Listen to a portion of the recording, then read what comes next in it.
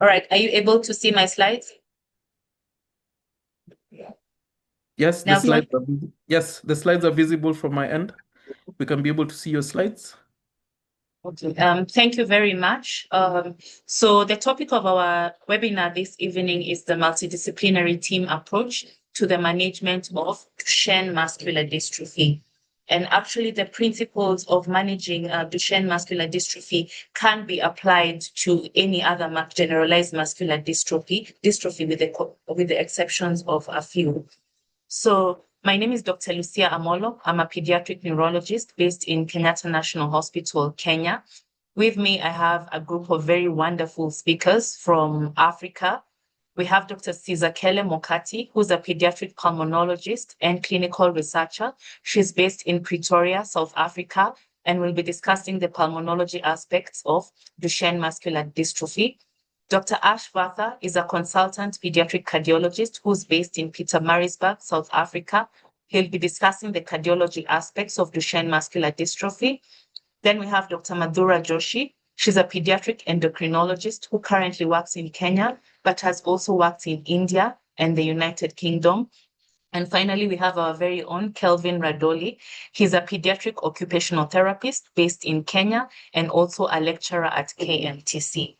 So I'll just start off by discussing the neurological aspects of Duchenne muscular dystrophy. So when you're faced with any patient with a neurological disorder, it can arise either from the central nervous system or the peripheral nervous system. The central nervous system usually constitutes the brain. Let me just put on my pointer. The brain and the spinal cord, while the peripheral nervous system usually constitutes the anterior horn cells. So you can have disorders like spinal muscular atrophy, the peripheral nerve. You can have disorders like GBS, the neuromuscular junction, where you can have disorders like myasthenia gravis, or the muscle itself, where you can have disorders like Duchenne muscular dystrophy, which will be the focus of today's presentation. Muscle disorders are many. They can be either hereditary or acquired. Examples of hereditary or genetic muscle disorders include muscular dystrophies. Duchenne muscular dystrophy is what we're discussing today, but there are other forms of muscular dystrophy, such as what we call limb girdle muscular dystrophy. We have what we call congenital myopathies, such as Nemaline myopathy. These patients tend to have a very phenotypic picture, so you can easily pick them. We have other muscle disorders called myotonic syndromes, such as myotonic dystrophy type 1. We also have primary metabolic myopathies. A good example is Pompe's disease, or we can also have mitochondrial myopathies. Myopathy just means a disorder arising from the muscle. We can also have acquired disorders. Inflammatory conditions such as juvenile dermatomyositis is an example of an acquired inflammatory myopathy. Infectious etiologies, for example, viral myositis. You can have influenza causing a myositis. Endocrine abnormalities such as hypothyroidism can also cause myopathies. Drugs and toxins, a good example is vincristine, which is used to treat cancers. It can cause rhabdomyolysis and other muscle pathologies. And then we can also have secondary metabolic myopathies, such as patients who have been on long-term use of steroids. They can actually end up having muscle disorders. So today we'll be focusing on Duchenne muscular dystrophy. So what exactly is Duchenne muscular dystrophy? It's part of what we call dystrophinopathies. So it's a spectrum of disorders. Dystrophin is a very important protein required by all muscular cells. It's expressed in skeletal muscle, cardiac muscle, pulmonary muscle, as well as smooth muscle. So Duchenne muscular dystrophy is the most severe form of dystrophinopathies. And it's usually caused when you have an absence of dystrophin, which is important for the integrity of muscular cells. We have less severe phenotype, referred to as Becker muscular dystrophy. In these patients, they're able to produce a little bit of dystrophin. So there is some muscle function, not perfect, but it's present. Then we have other variants, such as DMD-related cardiomyopathy, which Dr. Ash Vatha will tell us about. We can have muscle cramps with myoglobinuria, or in some cases, you can actually have asymptomatic elevation of your creatine kinase, where you have a normal patient, you happen to do a CK for whatever reason, and you find that it's markedly elevated. So Duchenne muscular dystrophy is the most common form of muscular dystrophy. And if you're to encounter any muscular dystrophy in your clinical practice, then it's more likely to be DMD. But remember, as I said, we can have other types such as limb-girdle muscular dystrophy. Duchenne is caused by mutation in the DMD gene, which codes for dystrophin. And as I mentioned, dystrophin is expressed in skeletal, cardiac, and pulmonary muscle, and in small extent in neuronal tissue. And this will explain why some patients with Duchenne muscular dystrophy actually have neurocognitive symptoms. It's an X-linked recessive disorder. As we know, boys usually have one copy of the X chromosome, so they're XY, so they're more likely to be affected by the disease. Girls usually are XX, so they kind of have an extra copy of the X chromosome. Therefore, they have less severe phenotypes of the disease and are more likely to be carriers. 30% of patients with Duchenne muscular dystrophy actually have spontaneous mutations. So you may find that there's actually no family member who's affected by the disease. A little bit about the history of Duchenne muscular dystrophy. So around 1836 is when there were cases reported that seemed to be Duchenne muscular dystrophy. In 1861 is when it was well described. In 1956, that's about 90 years later, it was discovered that there was a less severe form of Duchenne muscular dystrophy, what was referred to as Becker's muscular dystrophy. And about 4 years later, in 1960, it was discovered that patients with Duchenne muscular dystrophy had an elevation in creatine kinase, which became a marker of the disease. In 1982, then gene hunting began, and there were attempts to discover what was causing Duchenne muscular dystrophy. By now, it was known to occur principally in boys, so it was known to be an X-linked disease. Between 1986 and 1987, the DMD gene, sometimes referred to as the dystrophin gene, was discovered, and it was known to code for dystrophin protein, which, as I mentioned, is essential for muscle function. Between 1990 to date, there have been attempts to discover treatment for Duchenne muscular dystrophy. While we have no cure yet, we do have a couple of medications that improve the symptoms of Duchenne muscular dystrophy by attempting to convert it to a less severe phenotype. That is something similar to Becker, where you have a little bit of dystrophin, so you're able to have some muscle function. And there are several medications that are in use currently, which I will later discuss. So going into the genetics of Duchenne muscular dystrophy. So dystrophin is usually coded for by the DMD gene. The DMD gene, as I mentioned, is located on the X chromosome, the short arm, position 21. And as we said, boys only have one copy of the X chromosome, therefore more likely to manifest severe forms of the disease. The DMD gene codes for dystrophin, and dystrophin is a very important protein required for integrity of the muscle cells. So if you have absence of dystrophin, the cell will not be able to function well. It will be damaged and destroyed, resulting in weakness of the skeletal muscle, as well as cardiac muscle and pulmonary muscle.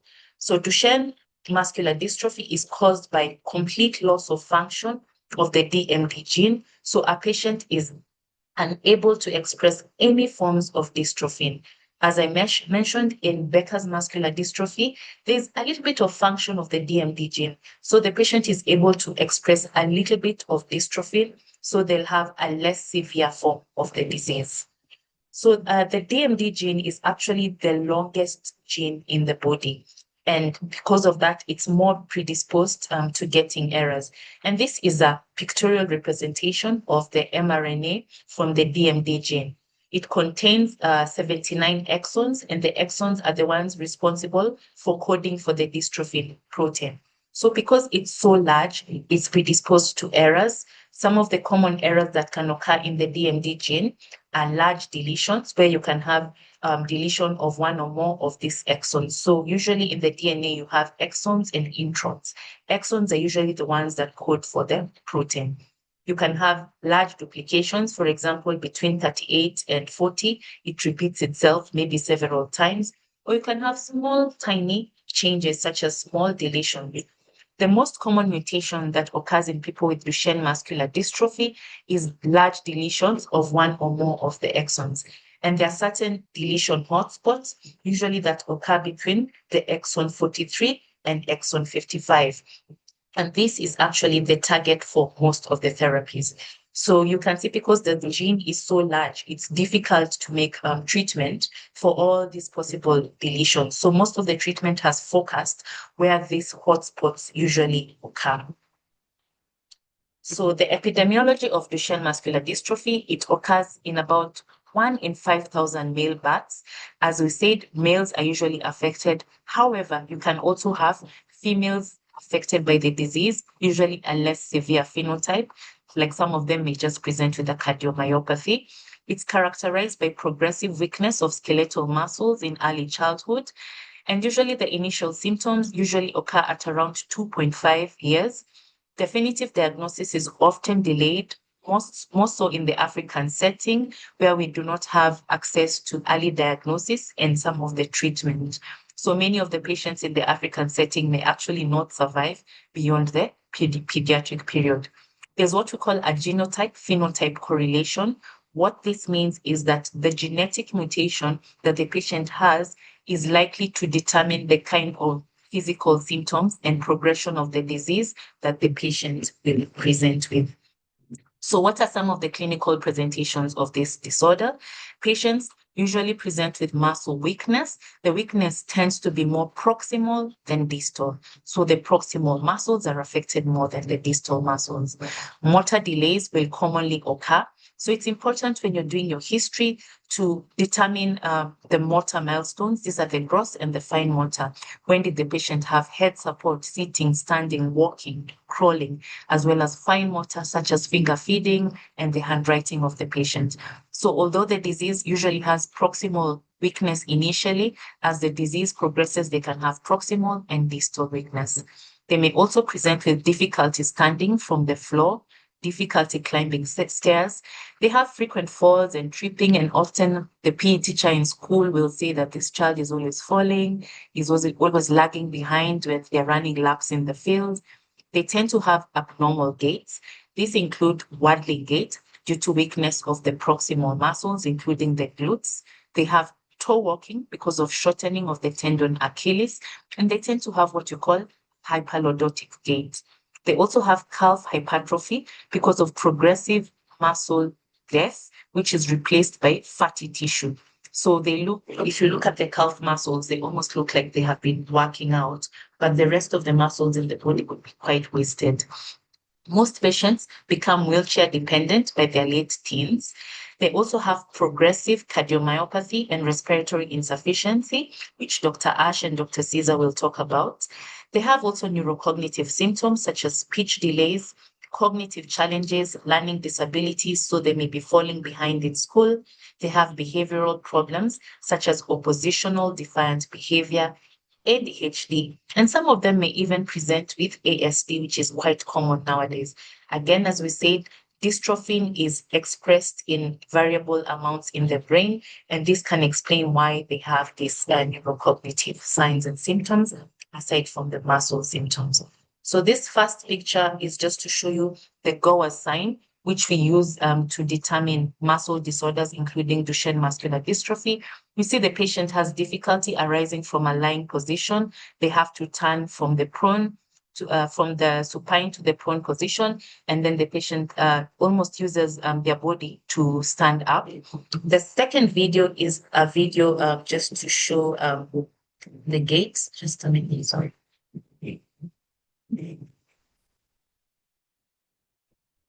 So this is just to show you the waddling gait that patients with Duchenne muscular dystrophy may present with. If you look at this boy, he has a hyperlordotic gait where the spine is curved, as well as waddling gait.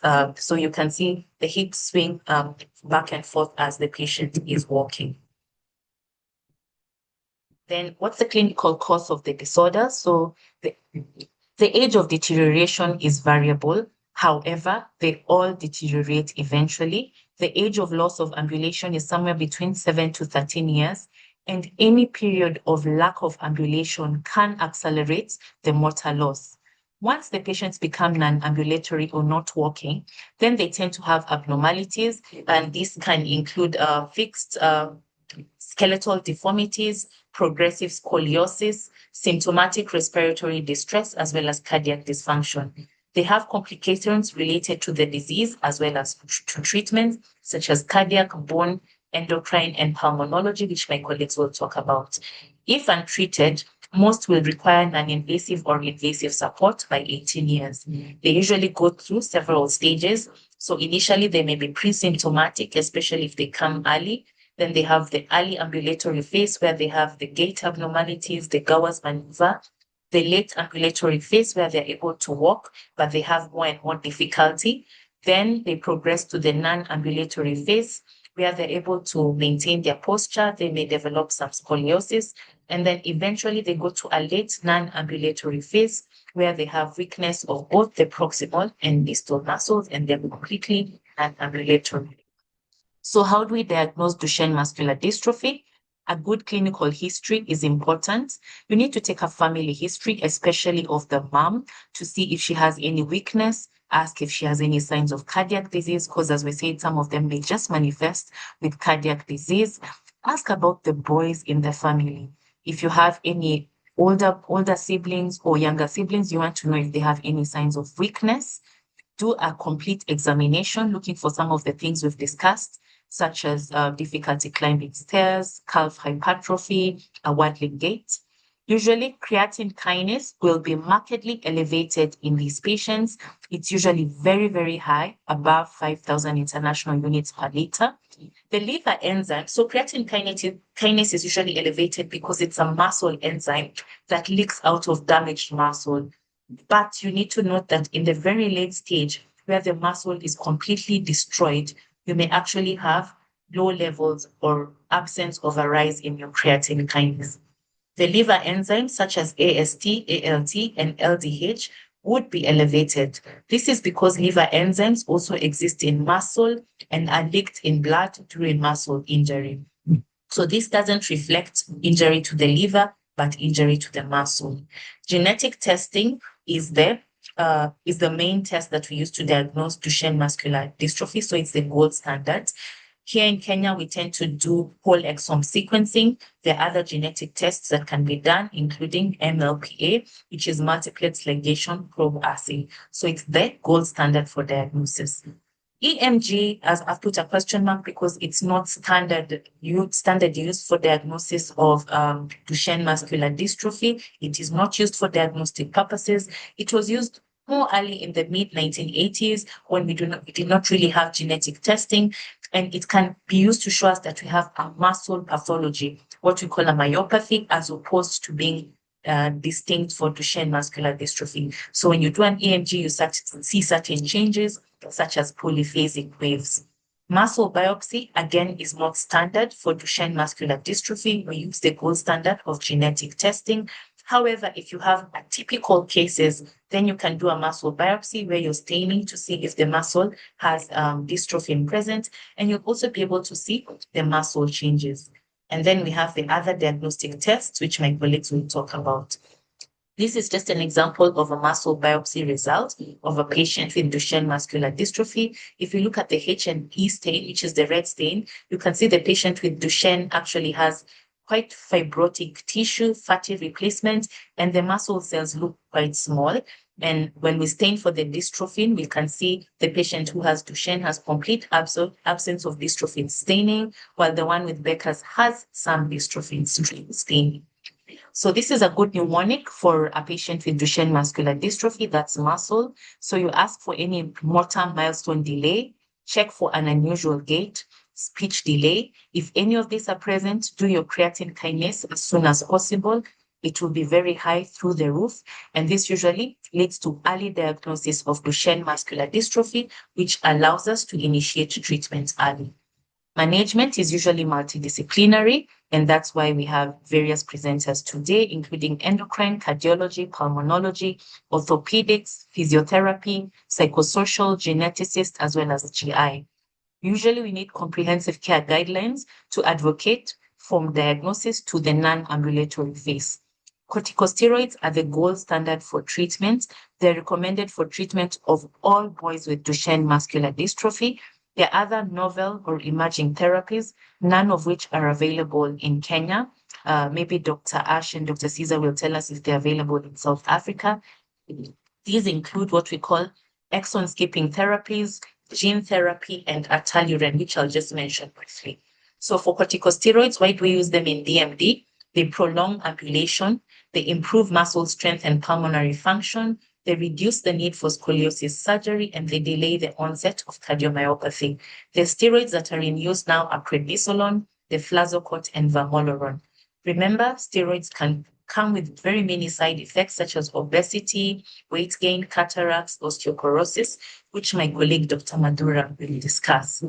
So the optimal time for starting is when motor skills have reached a plateau, usually between 4 and 6 years. We try and avoid it in children who are still gaining their milestones. We advocate for complete vaccination prior to starting the steroids, and you need to check if they have chickenpox immunity. So for prednisolone, usually we start at a dose of 0.75 milligrams per kg per day, daily. For deflazacort, 0.9 milligrams per kg per day, daily. Sometimes we have some additional regimens that we can use, especially if the patients have side effects to the steroid, such as alternate day treatment, intermittent treatments, like where I did my fellowship, they would do 10 days, the first 10 days of every month, or sometimes some clinicians opt for high dose steroids over the weekend and a break with weekdays. So this is an example of exon skipping therapy. I will not go into so much detail, but essentially what it means. So this is an example of what we call eteplirsen. So you can see in the first picture, it's a patient who has DMD, and they're able to code for the complete dystrophin protein.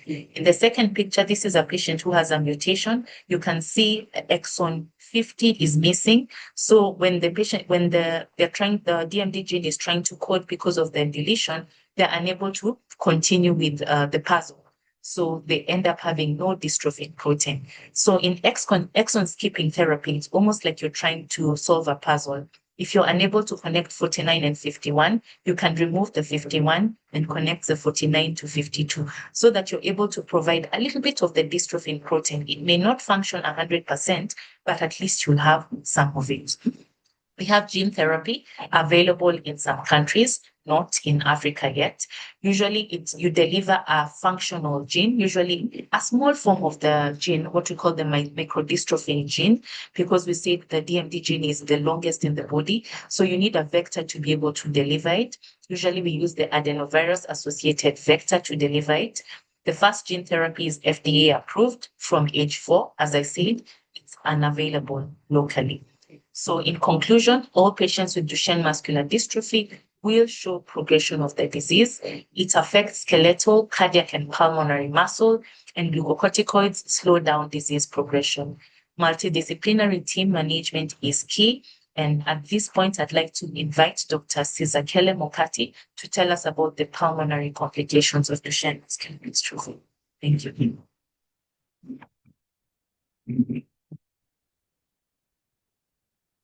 Dr. Caesar, you may share your slides. Okay, thank you very much, Dr. Amolo.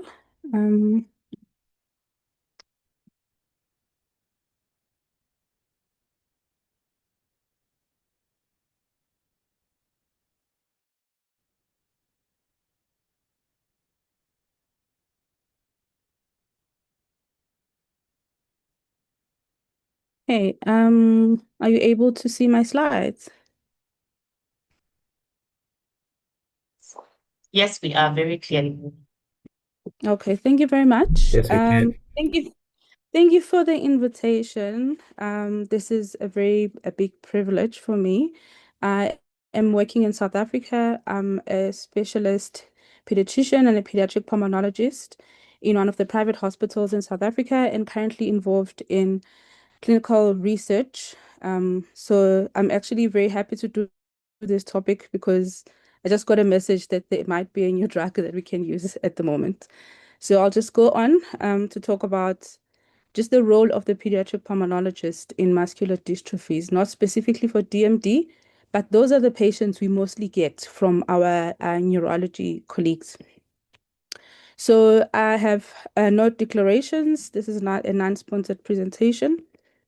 And in terms of the introduction, right? So as Dr. Molo has spoken about the multidisciplinary team that is involved in managing this patient. So you actually you need a very structured unit to actually make sure no one is skipped. None of the multidisciplinary teams are skipped.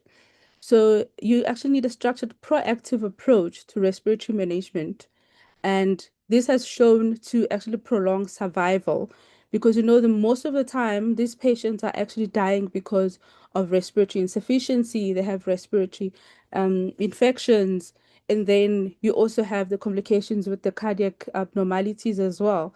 But mainly, these are the patients that are going to come in, they can't breathe. But because we are in Africa, we are we don't have the resources. Those are patients you're not going to put in ICU. So we're trying to prolong their survival, right? So these patients are at a very high risk of respiratory complications as their conditions deteriorate. So we need to catch them quite early so that we know and prevent some of the deteriorations or the complications, the respiratory complications that are associated with Duchenne's muscular dystrophies.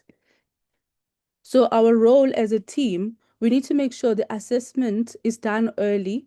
So we have to assess. So from our side as the pulmonologist, we actually do we have to assess the muscle strength of your respiratory muscles, which is the biggest one is your diaphragm, right? So there are quite a few tests that you can do, not widely available in the public sector, in the government hospitals. And some of these things, it, it they have to be sponsored by private institutions or sponsored by private investigators. So that's how sometimes they actually get a hold of these fancy mechanics and fancy tests that you can do and assessments. And the other thing is prevention. So we're actually trying to prevent and preserve the lung function. You want to have a normal lung. As much as the main problem in these patients is muscle, and with the muscle strength, because they don't have the good effort, they don't have the good cough reflexes, you're going to have a lot of these infections affecting these children, right? So we're going to talk about prevention and what exactly do we need to give these patients as a form of a preventive strategies. And then in terms of the management, the multidisciplinary, very, very important. We have institutions where the whole clinic is actually managed. We have one clinic where it's a muscular dystrophy clinic where you're going to find all the specialists in the same place and actually doing it basically looks like a round where you're coming from one specialist to the next. And, we have the head of operations would be the neurologist. And if you don't know which stages and what are the involved parties in these cases, you'll never know who to refer to. Okay, so what you need in your clinic, right? So the multidisciplinary team, so the main person that is gonna get everyone together is gonna be the pediatric neurologist. And then you're gonna have the respiratory physicians, that's gonna be us. And then you're gonna need the cardiologist because cardiology and the lungs, they're always going together. And you have a big muscle in the heart that you're going to have to be assessed and managed appropriately. The physiotherapist, the occupational therapist. So those are the main team members, the endocrine, and that needs to be part of that team. And then in the clinic, these are the tests that you require, right? So you're going to need a pulse oximetry. So here, you actually need to assess for respiratory insufficiency. Is this person having dyspnea, or are they having hypoxia at rest? Are they having hypoxia for those ambulatory one? Are they having hypoxia while they're walking? Because they do get tired towards the end of the day. And then you can actually do this at the clinic. If you have one at home, they can actually do these tests at home as well. See how they are when they sleep, because they are a bit better in the morning, and then at night it can worsen. So this is going to help to assess for the need for additional management in terms of, do you need to be on oxygen at night? Do they need to be on CPAP at night? Do you need to start them on non-invasive ventilations at night as well? And then you also can do capnography while you're in the ward, or while you are in the clinic. So you can test also as part of their respiratory mechanics, that are you really getting these kids the CO2, is it coming out? Because that's one of the things that's going to just make them very tired as well, if they have very high CO2s. And this is also very useful in the non-ambulatory patients, the ones that are on ventilators, the ones that are on CPAP. You can actually connect the capnogram and have it recorded when they are at home, and then you can actually adjust to their management and their CPAP needs. And then the peak flow cough. So the peak flow cough, we use it to assess the muscle strength, right? So the muscle strength, we're assessing your intercostal muscles, you're assessing the diaphragm. And also with this peak flow cough, it might not be accurate because sometimes they don't have a good seal in the mouth, that they're not able to produce the cough, and you have a leakage of the air while they're trying to do the peak flow cough. So you use lip seal adapters. So that's very important. You have lip seal adapters for the peak flow cough, and also for spirometry. So in terms of spirometry, most commonly, these children are going to have a restrictive pattern, right? The reason for the restrictive patterns is because they're not moving their chest as adequate as they're supposed to because of the muscle weakness. And on top of that, because they do get scoliosis maybe later on, and they're not moving much, it's going to deteriorate with time. This is inevitable, that it's going to deteriorate with time. And you have to time it correctly. You have the patients that are still ambulatory at diagnosis, which these are the patients we rarely see in the clinic. I usually would get the ones that are already on the wheelchairs that are getting spirometries. There's not much we can do about those ones. But if we get the ones at diagnosis, see what the baseline is, and actually see how we can help them to actually try and do. There are several exercises that we can try and help, that we work with the physiotherapist to actually try and delay the process. So if you have a spirometry right at the beginning, then you are able to see when they're deteriorating. Why are they deteriorating? Is it the disease progression? Is it something else? Are we missing something else? So those are it's very important right at diagnosis to actually get the spirometry done. Then you do it annually for those ones who are still ambulatory. And then once they start deteriorating, then you do it six monthly. Or if there is a particular need that you're worried about and their respiratory system is starting to fail, right? And then we have the advanced tests that you're going to do only when it's necessary, right?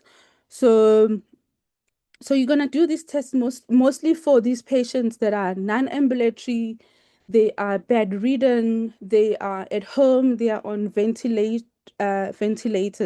So some of this information is actually mostly based on the patients that have the means to have a home ventilator, which is not very common in our African situation. These are private patients, these are European patients. But in a case where you have the privilege of actually getting to see these patients, so those are the few tests you're actually gonna need to do. So in a patient that is at home, you have to do you're gonna try and do spirometry. You're not gonna get much of it. You're gonna get a very small squiggle that you're probably not gonna be able to interpret. So it is advised you do it at least once a year. But if the patient is not able to do it, it's not compulsory to just have it done, right?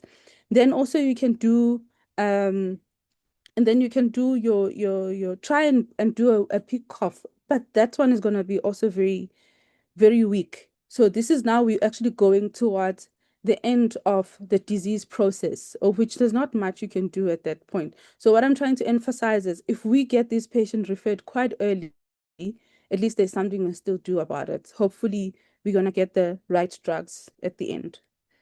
Right? So, I actually got this from an article. It's actually one of my favorite articles when I look at Duchenne's muscular dystrophy.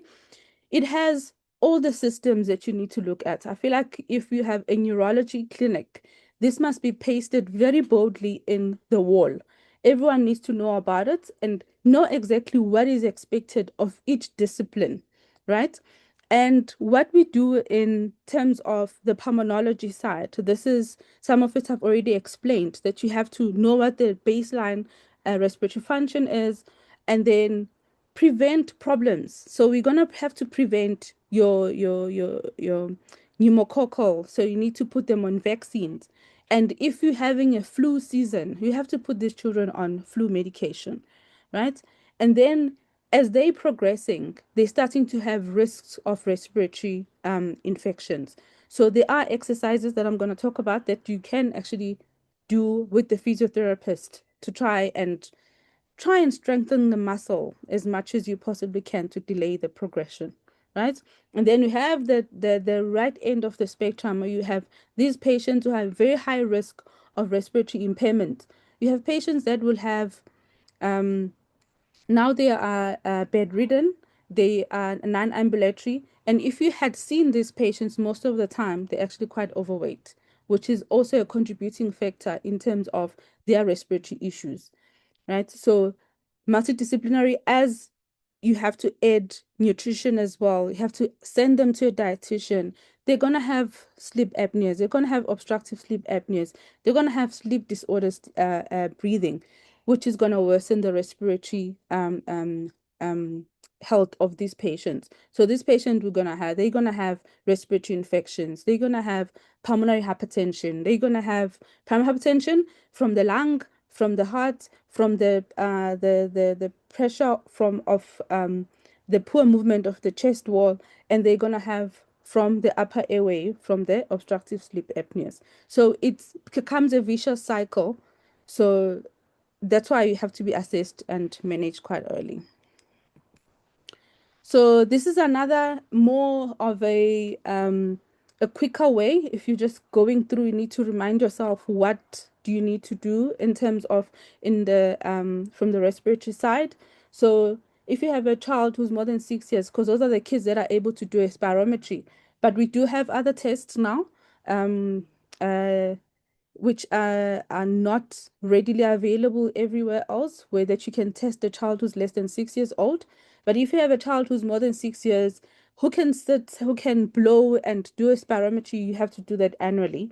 Then you get those non-ambulatory children, then you can do the spirometry, do pulse oximetry, do a peak cough flow as well. And then you can also measure the respiratory pressures. You can do this in the respiratory lab. And then you get the non-ambulatory children that you have spoken about, that you have to check your end-tidal CO2, or you can just put them on a capnogram. You don't have to prick them all the time. These ones you can do it at least annually, but if you are able to do it, it doesn't change much. So it's mostly to see how the child has deteriorated. Okay, and then in terms of managing this patient, right? So we have the first step of these patients. There are devices that we would give them. We used to get these from sponsors, or it would be like a balloon where they actually get to exercise to inflate and deflate, because that is just exercising their respiratory muscles. And then you have another one where you have to blow very quick and just exercising the cough and the coughing movement, which will try and strengthen your muscles. And we used to have it available with the physiotherapists, but because resources, sometimes you don't have. So what you used to do is you actually give the patient a glove and see if they're able to blow it. As you know, it's very difficult to try and blow the glove or about a balloon right at the beginning. We used to even tell these moms to actually try and do this. Buy a lot of balloons at home. It's going to be a little bit more fun for them, just blowing balloons. It is a form of exercise, and that's all we can do at the moment. And then you have the step 2. So these are the children now, they're not able to do this inflating and deflating all by themselves. And they can have specific reason. If they're having a sick day, these kids will have their sick days, will have an infection. They're not able to do a cough, a cough flow. Then you get these manual or mechanical assisted cough techniques that you can actually get the physios. They do teach the moms how to do these tests, these exercises as well. It does help, but you actually have to treat the underlying problem, why they're not able to do it by themselves.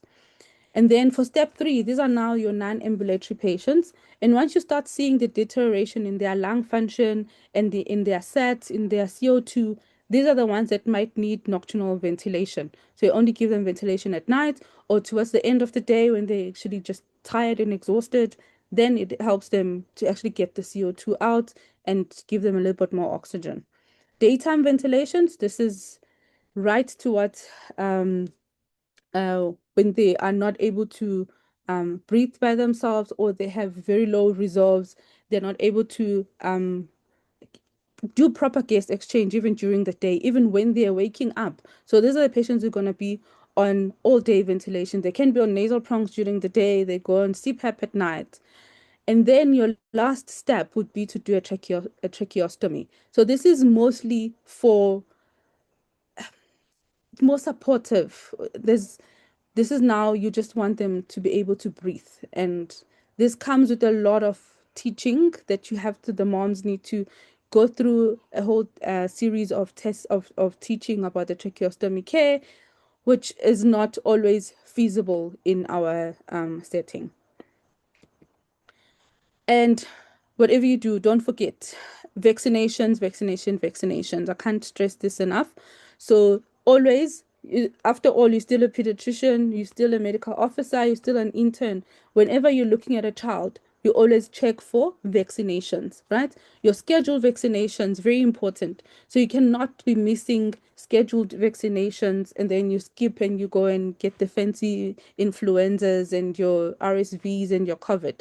But you need to make sure your child has scheduled vaccinations correctly done. And then you can add on all the other new viruses that are coming on in the system. COVID was a thing not so long ago, but we're not doing that much of COVID vaccines. Influenza vaccine, seasonal. In South Africa, we usually distribute it around March because that's when you're going to start seeing all these influenza patients. But the past year has been quite difficult to actually say this is the influenza season because we're getting it at random times. Pneumococcal vaccine, very important. They need boosters. As much as you're going to have it on, you're scheduled, but they're going to need boosters at the end of the day. And then this is one of my favorite articles. If you really want to read about multidisciplinary or mostly respiratory management of these patients, you can screenshot, look at this article, check it out. It has a very nice step-by-step management of DMD and respiratory care. That will be all. Thank you so much.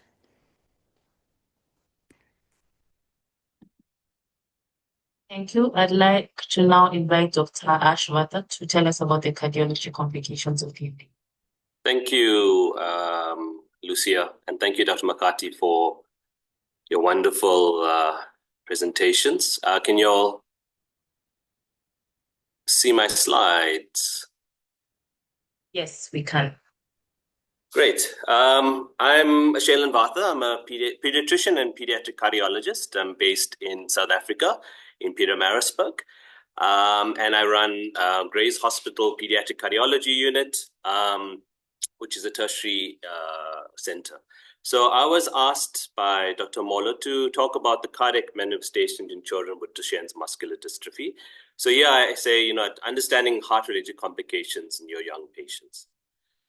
So just looking at it, looking at the epidemiology, we know that cardiac disease represents one of the primary causes of morbidity and mortality in Duchenne muscular dystrophy patients, and is usually due to muscle degeneration. We need to understand that it is a progressive skeletal and cardiac muscle degeneration, and we know it's because of the absence of your dystrophin protein. Cardiomyopathy develops in basically all patients, and it starts off with a bit of fibrosis, leading on eventually to your full-blown cardiomyopathy. We also talk about this cardiac paradox. As skeletal muscle weakness limits physical activity, the heart's workload is masked, and these patients are often non-ambulatory and therefore delaying the detection of heart failure owing to the cardiomyopathy until advanced stages. So early detection and monitoring. So with the advent of cardiac MRI, as well as late gadolinium enhancements, early myocardial fibrosis has been shown to improve some intervention outcomes and also to attenuate the cardiomyopathy from progressing too quickly.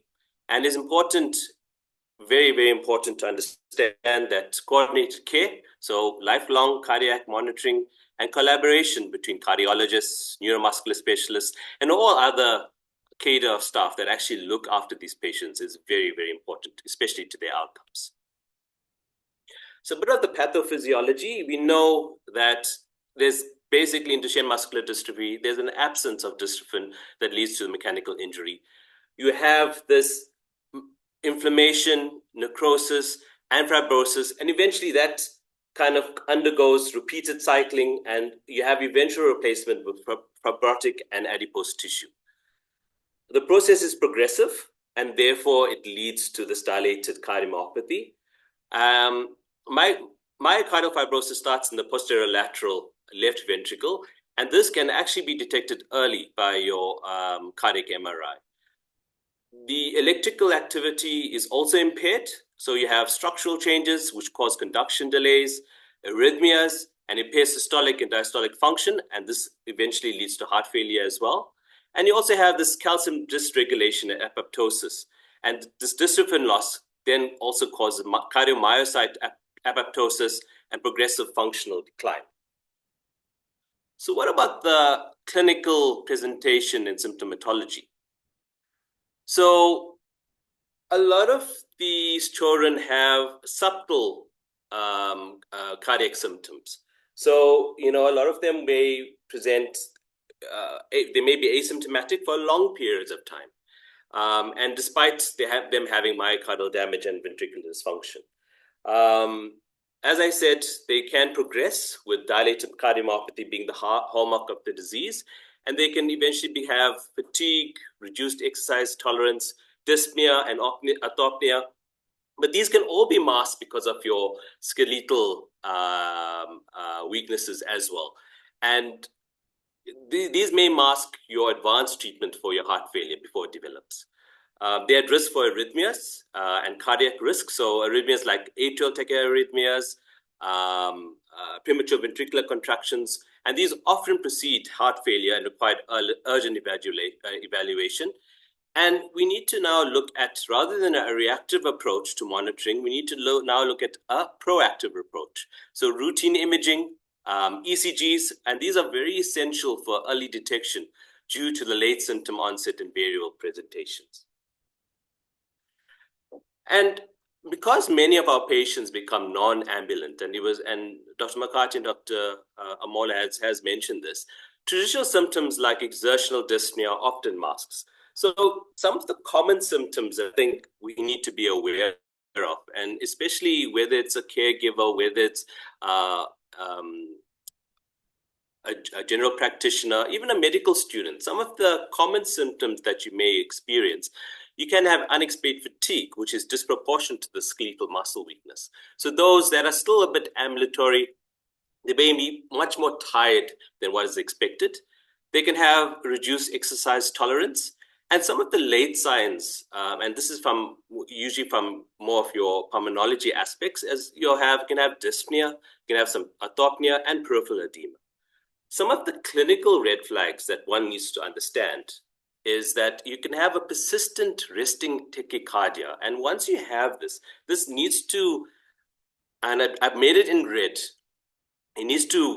Light bulbs need to stick in, because a resting heart rate of more than 100 beats per minute is telling us that something is actually happening to this heart.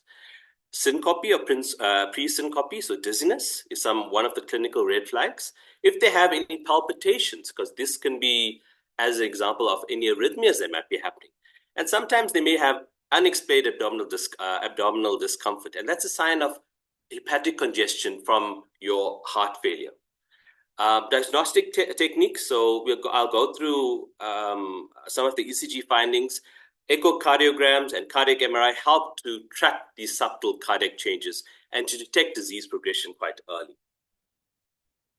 So looking at some of the diagnostic strategies, so ECGs, they do have your characteristic abnormalities in many children with Duchenne muscular dystrophy, but one should remember that it should be used as a supportive and not a standalone risk tool itself. Some of the common ECG abnormalities, you can get pathological Q waves, and these are generally quite narrow and deep Q waves that are seen. And generally they involve your leads 1, AVL, V5, V6, and sometimes 2, 3, and AVF. And these are usually where your lateral and inferior leads are.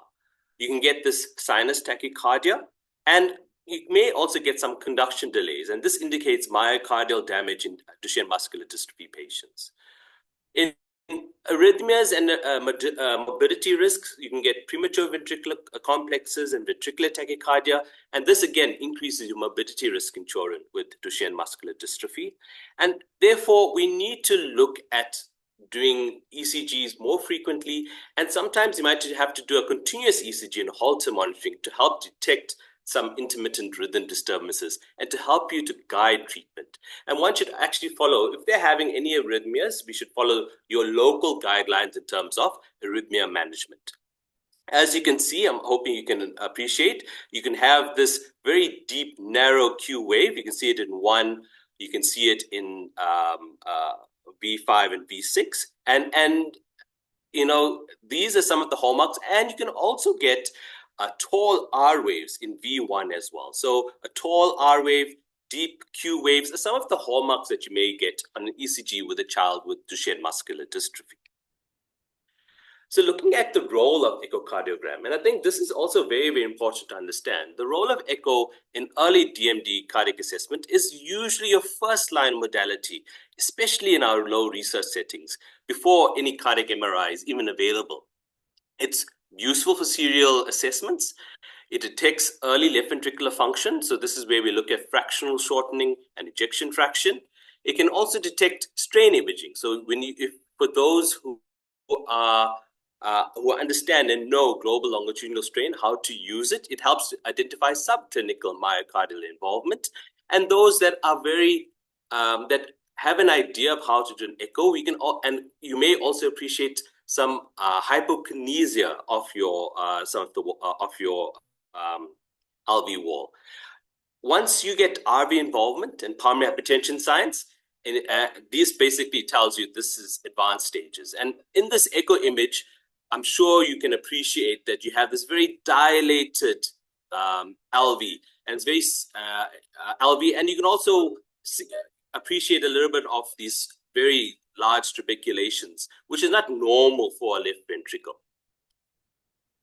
So looking at imaging and cardiac MRI, I think, you know, it's becoming more in the fore, especially for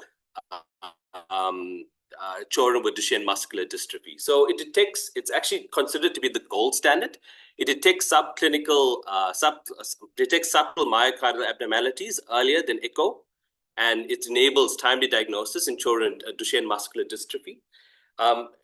Some papers actually say that by the age of 6 years, you are using cardiac MRI, you can actually see those small little fibrotic areas, and that may even lead you to start goal-directed therapy sooner in order to attenuate your cardiomyopathy from developing much quicker. Your late gadolinium enhancement identifies myocardial scarring, correlates with future ventricular dysfunction and arrhythmia risk in children with Duchenne muscular dystrophy. And cardiac MRI also precisely measures ventricular function the size, and any wall motion abnormalities to assess heart health and disease progression. So again, they also advocate in those areas where you have it available for serial cardiac MRI scans to monitor disease progression and to guide for further cardioprotective therapy initiation in children with Duchenne muscular dystrophy. So let's look at a little bit about management, okay?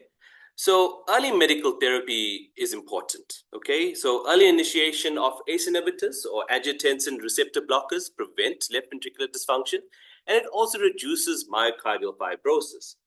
So one needs to know that many guidelines advocate for commencing at around 10 years of age. Although in the event that you have cardiac MRI available, and it does show that there may be some form of fibrosis that's happening already, you may look at starting a little bit sooner if needs be. So sometimes around 8 years of age.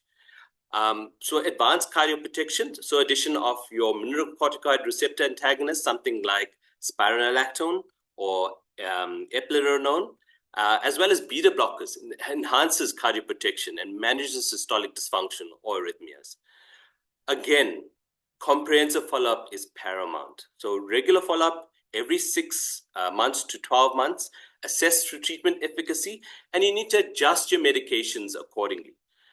This is again a multidisciplinary care, so collaboration between the cardiologist, neurologist, pulmonologist, and as well as our ancillary, so any rehabilitation specialist ensures holistic management. So just looking a little bit in terms of the ECG-based management, so ECG monitoring for fibrosis is very important. I talked about the pathological Q waves in the ECG, which may suggest fibrosis, and that requires close monitoring and to look at starting your cardioprotective medication. If you have any arrhythmias, they can be then referred to a center that can may be able to deal with it. Some form of arrhythmias may require devices. Now, it's very, very important. These are usually high-risk patients, and if they require any kind of a pacemaker or implantable cardiac devices, one needs to look at the risk benefit to putting in a pacemaker in one of these patients. A continuous ECG monitoring and Holter should be done. Some advocate at least yearly, some advocate for every 3 years or so. But one needs to look for those because it helps you to detect arrhythmias where you may not be getting it on your normal ECG. So some of the advanced and emerging therapies. So, just looking through the literature, we're talking about your SGL2 inhibitors. They are increasingly being used in pediatric dilated cardiomyopathy patients to improve outcomes. The only problem is with these new medication, these are still, the evidence is still not there for use of it in children with dilated cardiomyopathies from Duchenne muscular dystrophy. So it's thought to improve cardiac function and reduce inflammation, but again, is not just standard of care. Avabradine is something that is said to be useful for persistent sinus tachycardia, and this helps without even lowering your blood pressure. But again, the evidence is not strongly there. Then Lucia and Dr. McCarthy talked a little bit about your genetic therapies, so your microdystrophin gene therapy trials, including your exon skipping, may have long-term benefits for cardiac muscle, although again, this is still in early phases. And again, steroid influence. So mainstay of treatment, it preserves skeletal and respiratory function, and chronic use is strongly associated with delayed onset of cardiomyopathy, although one needs to remember we talk about long-term steroid use. You can talk about hypertension and a weight gain, which may complicate your cardiac management. So follow-ups and monitoring, and this I think is going to be a very important slide, okay? So cardiology review, so baseline echo and ECG at the time of diagnosis. So it's very, very important. Once you diagnose a child with Duchenne muscular dystrophy, it's very, very important to get a baseline assessment of this child, especially from a cardiology point of view. Then again, annual review from around 10 years of age, though the literature does state that at the time of diagnosis and then annual thereafter. You can increase your frequency every 6 months once your ejection fraction is less than 55 or your fractional shortening is less than 28%. Also, you may be able to assess them prior to any major surgery. So some of these children have spinal deformities that may need some surgical intervention with, so they may require cardiology review before that. Holter monitoring, once cardiac dysfunction or fibrosis is detected, you may use this to screen for silent arrhythmias. And again, you may consider every 1 to 3 years or annually once your ejection fraction is less than 55%. Pre-op assessment is crucial because it's critical because some of them or children with Duchenne muscular dystrophy are actually sensitive to anesthetics. So you need to ensure that pre-op assessments are done. Again, I cannot emphasize this anymore. It must be a multidisciplinary approach. You can look at regular team case reviews. So again, Dr. McCarthy talked about having a clinic where you have all CADA staffs involved. And I think that's going to be very, very important. So what about your long-term outcomes? So again, just quickly going through some of the complications. Progressive heart failure, again, this is from your myocardial fibrosis. It worsens systolic dysfunction, causing fatigue, fluid retention, and exercise intolerance. You have your arrhythmia risk as well as sudden cardiac death. These are the ones that you can monitor and you look at doing what intervention is available. Your thromboembolic events, especially when they have dilated cardiomyopathies, these children may necessitate antithrombotic therapy and comprehensive management palliative care. So we know the unfortunate thing is that there's no cure for this disease. So it's imperative that we get those that are involved in palliative care to assist not only the child, but also the caregiver as well, in order to decide which way we're going to proceed. So this looking at your multidisciplinary coordination, just remember it's a long-term DMD care, requires coordinated efforts across cardiology, neurology, pulmonology, nutrition, rehabilitation, and psychosocial support. Cardiac care is no longer reactive, but rather proactive. This is where we're trying to prevent, we're trying to attenuate the cardiomyopathy from occurring too early. In those places where we can get a cardiac MRI to detect, it can be used as a screening tool, and that we can start medication much earlier. And it's also been shown to look at having a better quality of life. Family education and support is very, very important. So educating families on symptom recognition, medication adherence, and follow-up schedule enhances care and quality of life. And it should be an holistic approach to these children. So combining medical, nutritional, orthopedic, and psychosocial care ensures comprehensive management of children with Duchenne muscular dystrophy. So I just wanted to just briefly touch about the African continent and some of the unique challenges. We know Duchenne muscular dystrophy is underdiagnosed, and it's because of a lack of resources. I'm not only talking about resources like cardiac MRIs, but also human resources. So in terms of pediatric cardiologists, pediatric neurologists, pulmonologists, we don't have enough of them in our country, in our continent. There's limited access to cardiac MRI, and as I said, in terms of the pediatric subspecialties, these children tend to present late, and many are already at advanced cardiomyopathy. And it's also, there's a high burden of other diseases, infectious diseases, HIV, TB, malaria, and these also complicate cardiac management. So things that we may consider, so maybe low-cost training programs for early recognition of children with Duchenne muscular dystrophy, and those especially with cardiac manifestations, maybe use simplified surveillance. So we don't have cardiac MRI available, ECG and echo can help. All right, and we can also have the advent of using telemedicine. This may assist with everything. And then just looking at strengthening your referral pathways between the neuromuscular and cardiology services. These are some of the references that I would like you guys to look at. So DMD care considerations, there's a 2018 update. You can look at the American Heart Association statement on Duchenne muscular dystrophy and your heart failure guidelines for 2023. I thank you for your time. And I would like to ask Dr. Madura to please share a slide.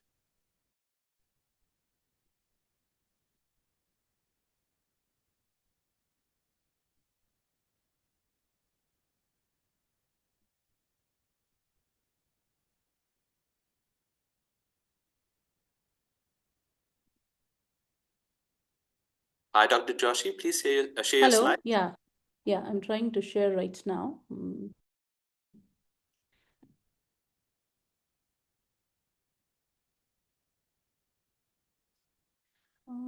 Just a second.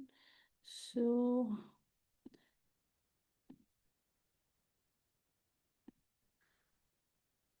all right, can one of the organizers assist, because I'm trying to share, but it is, yeah. All right.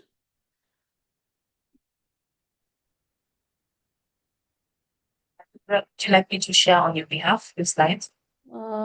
Is it visible Visible. now? Okay. Yes, it is. All right. Okay. Thank you, Dr. Ashailan, for that comprehensive presentation on the cardiac care in DMD patients. My name is Dr. Madhura Joshi. I'm a consultant pediatric endocrinologist and I have done fellowship in metabolic bone disorders.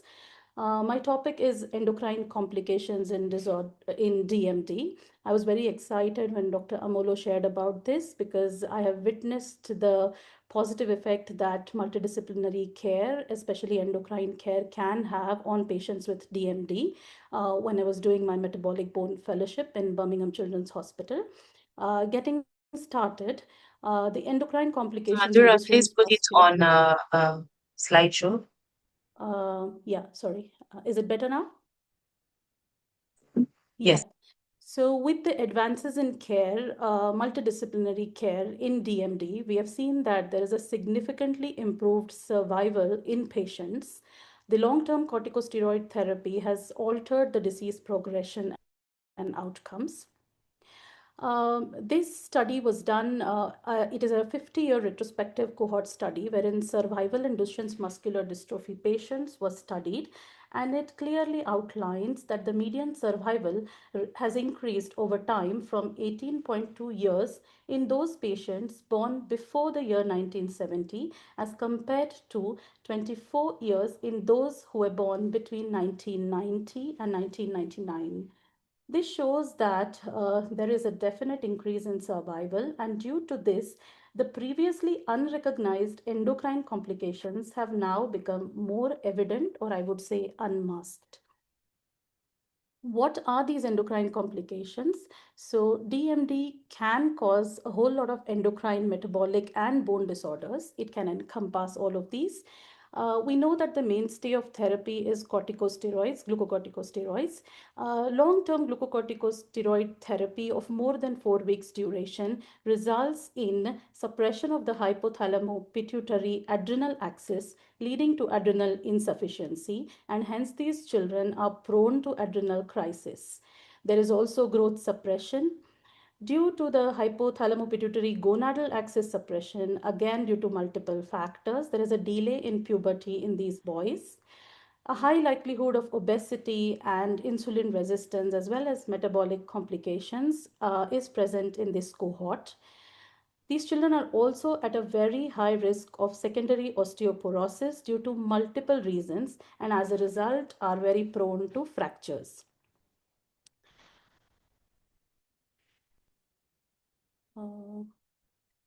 Just a minute. Yep. So we all know as medicos or as doctors that multidisciplinary care is very, very important in any sort of chronic disorder. There was a very elegant study recently published in 2024 wherein it was the importance of endocrine surveillance in the care of DMD was taken into consideration from a community perspective. So a questionnaire was distributed to the parent project of muscular dystrophy and to the Duchenne's registry members, including the parents, the caregivers, and patients over the age of 18 years. And it was their perspective was tried to be assessed. Interestingly, the community perception was in favor of rather than in need of endocrine surveillance during DMD management. So the study clearly revealed that the current educational approach to endocrinopathies associated with DMD does not meet the needs of DMD community. There is a constant need to increase awareness and advocacy for improvement of endocrine care by initiating these discussions early on in the disease process and expanding the DMD multidisciplinary care teams to include endocrinology as well. Now, what endocrinopathies are common in patients with DMD? We will start with the most life-threatening one, that is adrenal insufficiency. We all know that chronic glucocorticoid exposure suppresses the hypothalamo-pituitary adrenal axis, and these children are at a risk of adrenal failure or adrenal crisis, especially during situations when they are facing an acute illness, such as maybe pneumonia, or during any surgeries such as orthopedic surgeries, or in case of a trauma and a fracture, and even when they are receiving their bisphosphonate infusions, especially after the first dose, when they may face the first phase reaction or first dose reaction. What can be done to prevent this adrenal crisis from occurring? Key strategies will include education and training of families as well as patients who are above 18 years of age about adrenal insufficiency, providing a steroid emergency card with written dosages and emergency contact numbers can be very, very useful, especially in out of hospital settings in getting emergency assistance. Stress dose covers during illnesses and procedures must be taught to the parents. In fact, a written guideline must be provided to each of the DMD patients during their routine visits. Availability of parenteral hydrocortisone, the IM injections of hydrocortisone, should be ensured, and parents must be given training about how to administer IM hydrocortisone in emergent situations. It's important that long-term or chronic steroids should never be stopped abruptly, not only in DMD, but in any of the chronic steroid requiring situations. They should rather be gradually tapered so that the hypothalamo-pituitary adrenal axis get a chance to get activated. Proactive coordination between the multidisciplinary teams must be done. So suppose there is a patient requiring any surgery, it must be made sure that a protocol for steroid delivery during pre-op, intra-op, and post-op is there in place in the file. This will ensure continuum of care and will prevent adrenal crisis. It's also important to take into consideration that zoledronate infusions can also be stressful situations, and a steroid dose cover should be given during and after these infusions. Moving on to puberty. Due to multiple reasons, these patients with Duchenne muscular dystrophy have pubertal delay. We know that chronic steroid exposure suppresses the hypothalamo-pituitary gonadal axis. Then there is suppression of adrenal androgens as well. There is chronic release of inflammatory cytokines in this condition, which causes a suppression of the hypothalamic and pituitary axis. There is also reduced testicular sensitivity to the gonadotrophic hormones. So clinically, we find that in more than 65% of these patients, there is absent or delayed puberty. Even if pubertal changes occur or start, the puberty may not be progressive. There might be delays in the puberty progression. There is also a lack of pubertal growth spurt, and this causes a lot of psychosocial distress in addition to the other aspects of the illness. There is a certain important link between hypogonadism and the bone health. The sex steroids of testosterone and estrogens are not only important for progression or induction of puberty, having changes in the secondary sexual characters, having the growth spurt, but they also have an anabolic effect on the muscle and a protective effect on the bone health.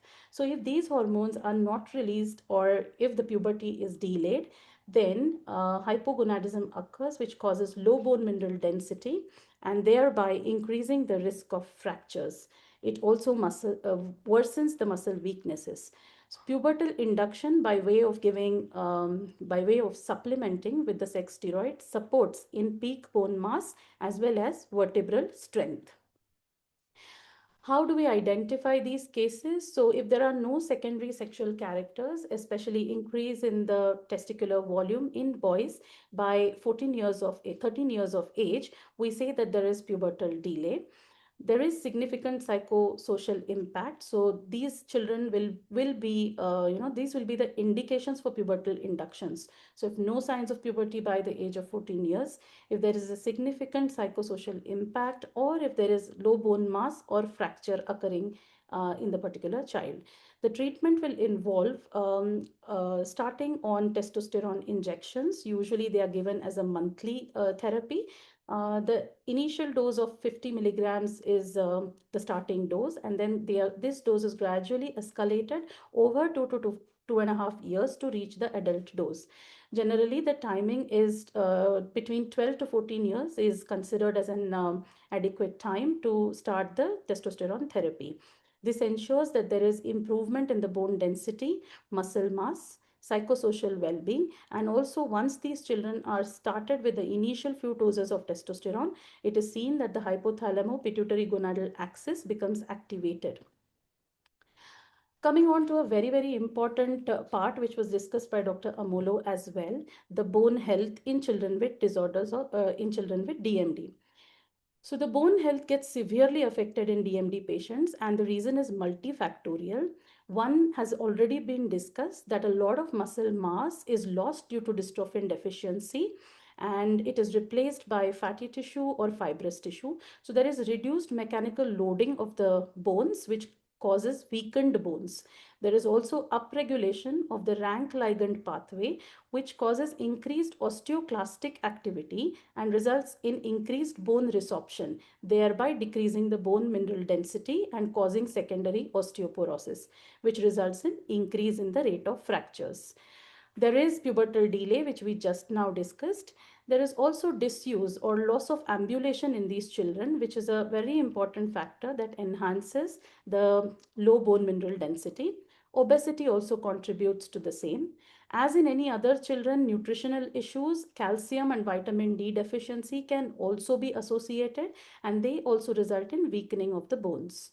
There is the mainstay of therapy, which is clonic glucocorticoids, which is given to halt the disease progression, but these in turn result in decrease in the osteoblastic activity, increased osteoclastic resorption, calcium absorption gets decreased, and conversion of vitamin D to the active form at the level of the kidneys is also decreased. So due to all these factors, there is bone mineral density which gets severely affected, and these children are very prone to fractures. So the skeletal abnormalities that we come across in patients with DMD is most often low bone mineral density. We call it osteopenia or secondary osteoporosis. Up to 60% of DMD patients present with long bone fractures of either femur, tibia, or fibula even before the steroid exposure, and most of these long bone fractures are due to low impact trauma. Vertebral compression fractures are often asymptomatic, and they are commonly seen in more than 50% of children with DMD, especially after starting the steroid therapy. When the vertebral compression fractures progress, there is complaints such as back pain, kyphosis, and scoliosis. So although there might be vertebral compression fractures for a couple of months or years, the patient will actually become symptomatic in the later stages when there is quite a lot of compression, and now the skeletal deformities have started coming in. Fractures also precipitate permanent loss of ambulation, which further decreases the bone mineral density. So managing bone health in DMD is a very important component of the international care guidelines according to the CDC 2018 guidelines. This is a very elegant paper which I came across recently. We just saw the natural history of DMD in terms of symptoms pertaining to the neuromuscular health. This slide shows the bone fragility trajectory in DMD. So if we look at each of the milestones, so usually the diagnosis of DMD is made by 3 to 6 years of age. Generally, glucocorticoids are started by 5 to 8 years of age. This should be the time when vertebral fracture assessment should routinely start as a screening. So what do we do for the screening of vertebral fracture assessment? In centers where the BMD scan or the DEXA scan is not available, we could do a lateral spine X-ray. Rather, it's recommended to do a lateral spine X-ray at this juncture to look for any vertebral compression, because we know that it can be asymptomatic and can be caught early on if done at the time of start of glucocorticoid therapy. Usually the boys present with the first long bone fractures at around 7 to 9 years of age. The first vertebral fracture with routine screening may be picked up between 8 to 9 years of age, around 1 to 2 years after starting the glucocorticoid therapy. So how do we identify that? So if we see the lateral X-ray of the spine, we will see the compression of the vertebrae, and there is a certain grading of it so that it can be graded into mild, moderate, or severe. When we do the bone mineral density scan, we see that the Z score in the vertebrae are decreased, and even in the long bones, they are decreased. So by the time we are 3.5 years after starting the glucocorticoid treatment, it is observed that the lumbar spine aerial bone mineral density Z scores fall below -2 standard deviation, roughly around the age of 10 to 11 years. There is loss of ambulation on an average by 12 years of age, and thereafter, because of the disuse, there is accelerated rate of decline in the lumbar spine bone mineral density as well as the Z scores by 11 to 15 years. So there is a maximum risk of fracture by 14 to 15 years of age. So if we know roughly this trajectory, then we may know when to find out or when to look for long bone fractures, or when to do the BMD and catch the vertebral fractures early on, so that we could start therapy or bone protective therapy in these children. In terms of management, the mainstay is what I just said: early identification of bone fragility. So screening with a DEXA scan when available to be done at steroid initiation. Yearly thereafter, if not available, a lateral spine X-ray or a VFA scan can be done to identify asymptomatic vertebral fractures early. Keeping the calcium intake and vitamin D intake up, and regular monitoring of these parameters is important in terms of bone health. Clinically, during every visit, as we take the history for respiratory, for the neuromuscular aspects, for the cardiac aspects, we need to look at a history of fractures, low trauma or high trauma, whether there is any back pain or not. Is there already skeletal deformity or scoliosis set in? What is the current steroid dose that the child is on? What's the BMI status, because even that adversely affects the bone mineral density, whether there is a pubertal delay in this child or not, and what is the current ambulatory status. So basically, these are the clinical parameters which also define the risk for worsened bone health. The goal of intervention in terms of bone health should be to slow down bone resorption, to promote more bone formation, to increase the bone mineral density while the child is receiving steroids, and vertebral bone reshaping. This is a very interesting concept. So during childhood and adolescence, the vertebral bones, they are still becoming they're still growing in terms of thickness, and they are becoming to their cuboidal sort of shape. So in this time, when the child is growing, when the backbones are growing, if we give the bone preservative therapy, that is bisphosphonate therapy, then we have a chance of reshaping the vertebral bodies. This is not there so much in adulthood, when the bones are already remodeled, and when the vertebral bones particularly are already of a particular shape. Bone protective therapy also reduces the fracture rate. So a little bit about bone mineral density when available is a very, very good tool to assess the bone mineral density. It's important to remember that in children, there may need to be some adjustment made. First of all, we use the Z scores and not the T scores. So any child with a BMD of less than -2 standard deviation is considered to have low bone mineral density. While calculating the parameters, we do adjusted BMD for kids, where we adjust the bone mineral density according to the height of the child. Also, we interpret trends and not single value of -2 standard deviation BMD. It's usually done in the lumbar spine area and also in the appendicular skeleton, wherein we do not consider the BMD of the head. Now, moving ahead, in terms of management, bisphosphonate therapy is currently used, and there have been some studies with oral bisphosphonates, but it has been found that IV bisphosphonates such as pamidronate or zoledronate are better in terms of, obviously absorption. These are given IV versus the oral ones, whose absorption can be now unpredictable. The bone pain and the fracture rate has shown, it has decreased, and it has been shown that zoledronate infusions have a positive effect on bone mineral density, as well as decreasing the fracture rate.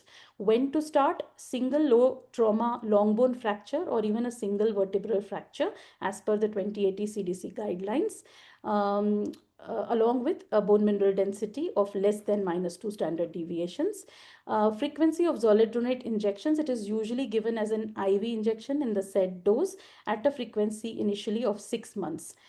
Duration is until the skeletal maturity or stability.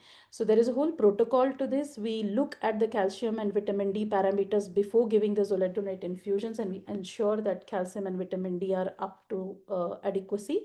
We also look at the renal parameters because the excretion is primarily through renal, and we ensure that the creatinine and the renal parameters are within normal limits. In addition to giving bisphosphonate therapy, we've already said that we ensure adequate calcium intake, vitamin D. Whenever possible, with the help of the physiotherapy and occupation therapy team, weight bearing activity as feasible will help in the muscle mass and muscle strength, and thereby improving the bone strength. Fall prevention strategies, so the occupation team therapy in occupation team input comes in very handy in this regard. Optimizing pubertal development, we've seen why it is important in having good bone health. There is growth affection, and all the children with DMD are growth retarded. There are multiple factors, and we know corticosteroids exposure is one of the very important one. There are also certain genetic mechanisms. As Dr. Amolo explained, there is a lot of scope for mutation. It's a big gene, and there can be errors at multiple places. So DP71, particular this gene, in that the height reduction is too much, and these children are below -2.5 SDS, so very, very short. This occurs because of the disruption of the GH and the IGF-1 axis. And then there are factors related to poor nutrition, chronic inflammation. Vertebral compression fractures also cause the height loss, and the trunk is more affected in that regard.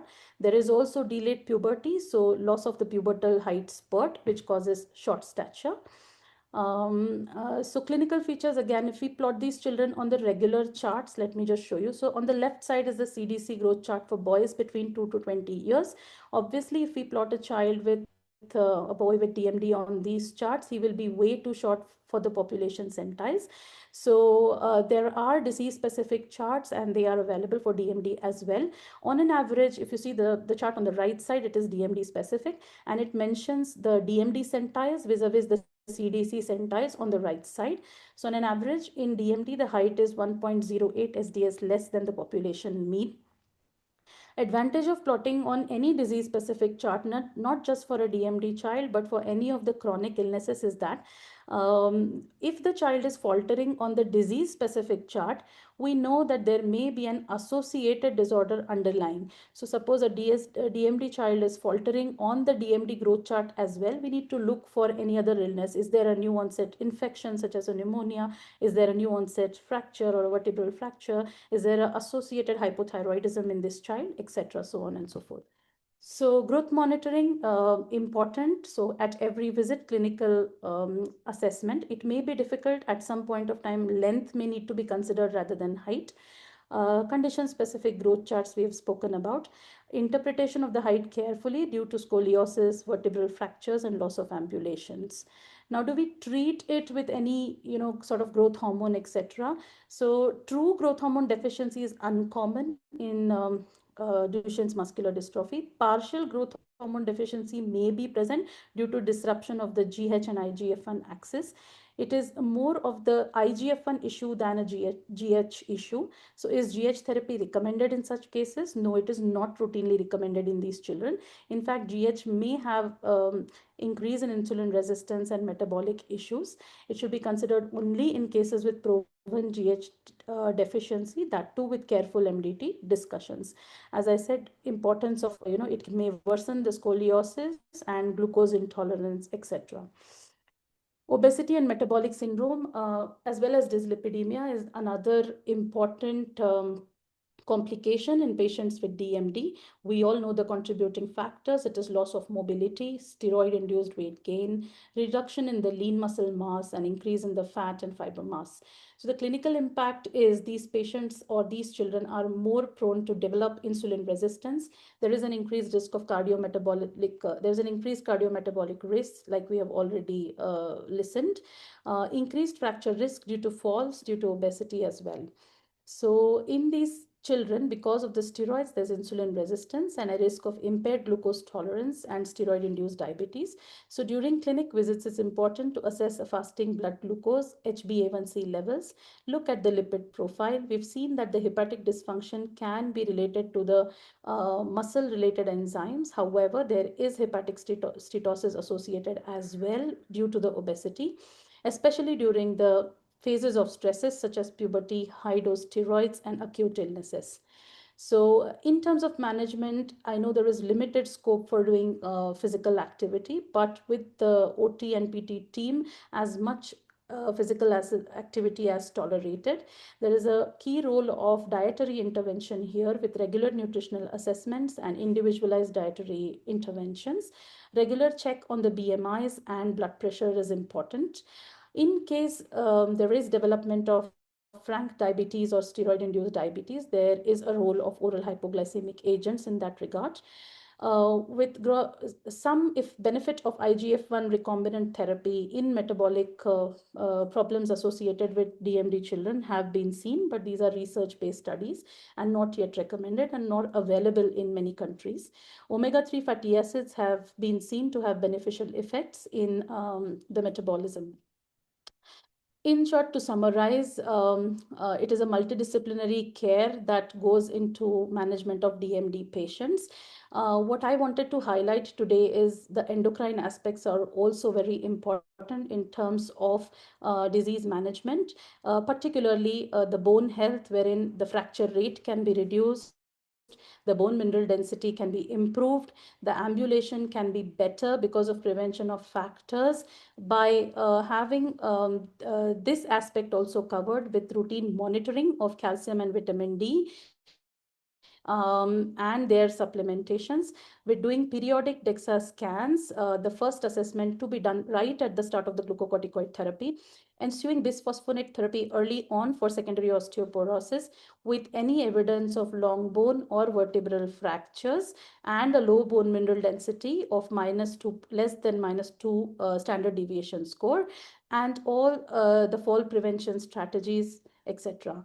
We have seen importance of pubertal induction in bone health in these children with DSD, in these children with DMD. So it's a whole lot of multidisciplinary care, and endocrine follow-up or endocrinopathy related care is an integral aspect of caring for children with DMD. These are my references. Thank you so much for giving me the opportunity to talk. I'd like to invite our final speaker, who is Kelvin, and he's an occupational therapist. Welcome, Kelvin. Thank you so much. I hope everyone can listen to me. Let me try and share the document that I have with it.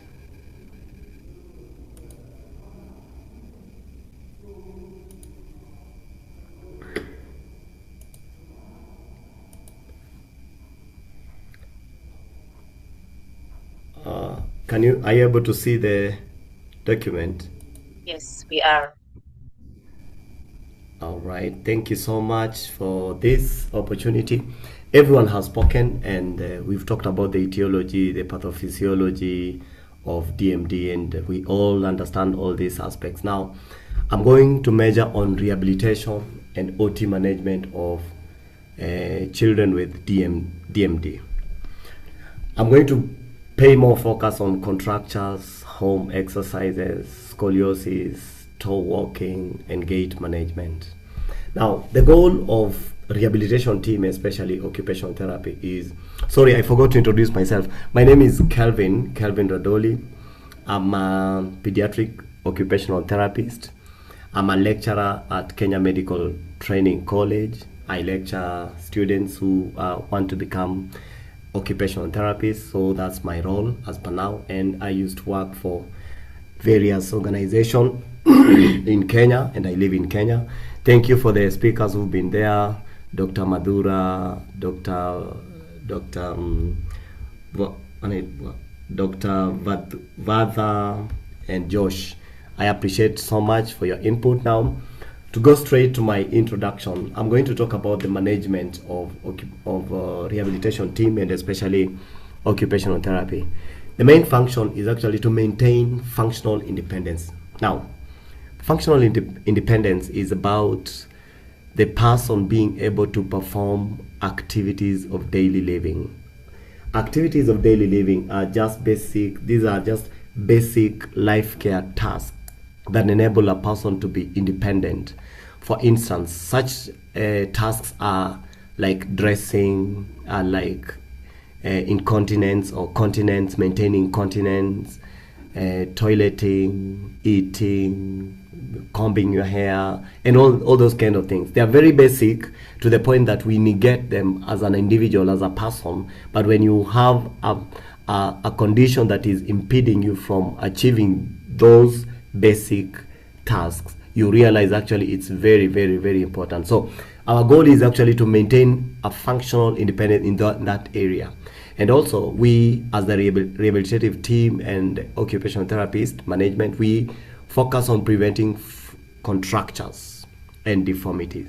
One of the deformities is about scoliosis, and which is so prominent. It causes stiff neck, pains of the muscles, pains of the neck, pains of the back, and preventing the child from performing his activities of daily living, sleeping, for instance, rolling over, transferring, for instance. So that is one of our goals that we measure into. And then we also promote participation in ADLs. Just like I mentioned, ADLs, these are activities of daily living. We encourage and promote children with DMD to participate in these roles. These roles are very essential in our life, because if we don't have it, we become something different.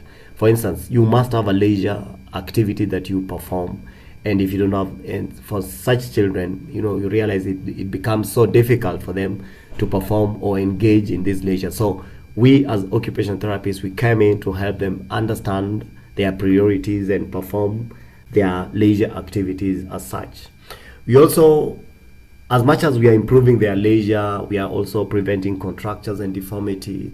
We are also maintaining their functional independency. We are generally improving their quality of life. Remember, most of them are bound on their wheelchairs, and they cannot move around like you and I. They cannot jump around like other children. They cannot, speak very fast like other children. They are stunted growth. They have not gone into puberty level. So such things really impedes them from performing their functional independence, and then hence deteriorating their quality of life. So us as a rehabilitative team, or rather occupational therapists, we come in to help them so that we can improve their quality of life. Now, contracture. Most of the time, contractures are on the joints, and these are the ankle joints, the knee, the hip, the elbow, the fingers, the MCPs, the DIPs, then the PIPs. In so doing, we perform something that we talk of passive stretches, and these stretches, we do them for about 10 to 15 minutes, depending on the child's tolerance to exercises. It can even reduce to 2 minutes, 3 minutes, 5 minutes. So generally 15 is just a general term. However, it's not stuck on stone that it has to be 15 or 10 minutes. It can reduce, or it can also increase depending with the child. We also do, apart from stretches, which we do on the knees, on the elbow, on the MCPs and the DIPs and the wrist joints, we also do splints. Now, splints are in various forms. You remember, most of the time, these children are bound either on a wheelchair or in a bed. And if they are bound on a wheelchair, they tend to flex their knees, hence their knees develop contractures at some point. They also tend to, their foot tends to drop. We call it foot drop. So, and especially when they are sleeping, their foot tends to drop because of the weight of the blanket, the weight of the sheets causes the foot drop. Now, in that regard, we try and maintain their quality of life through provision of something we call AFO. AFO is ankle foot orthosis, which is put on their foot to prevent foot drop.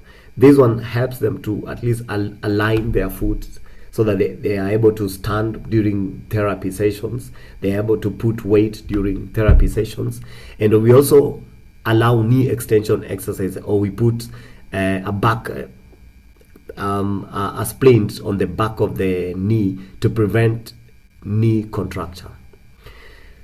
We perform casts, which are serial casts, to prevent equinovarus, that is the foot deforming in inward position and dropping down in plantar flexion position. So this one corrects the foot and allows them to, be able to weight bear so that they can ambulate to the extent that which they can.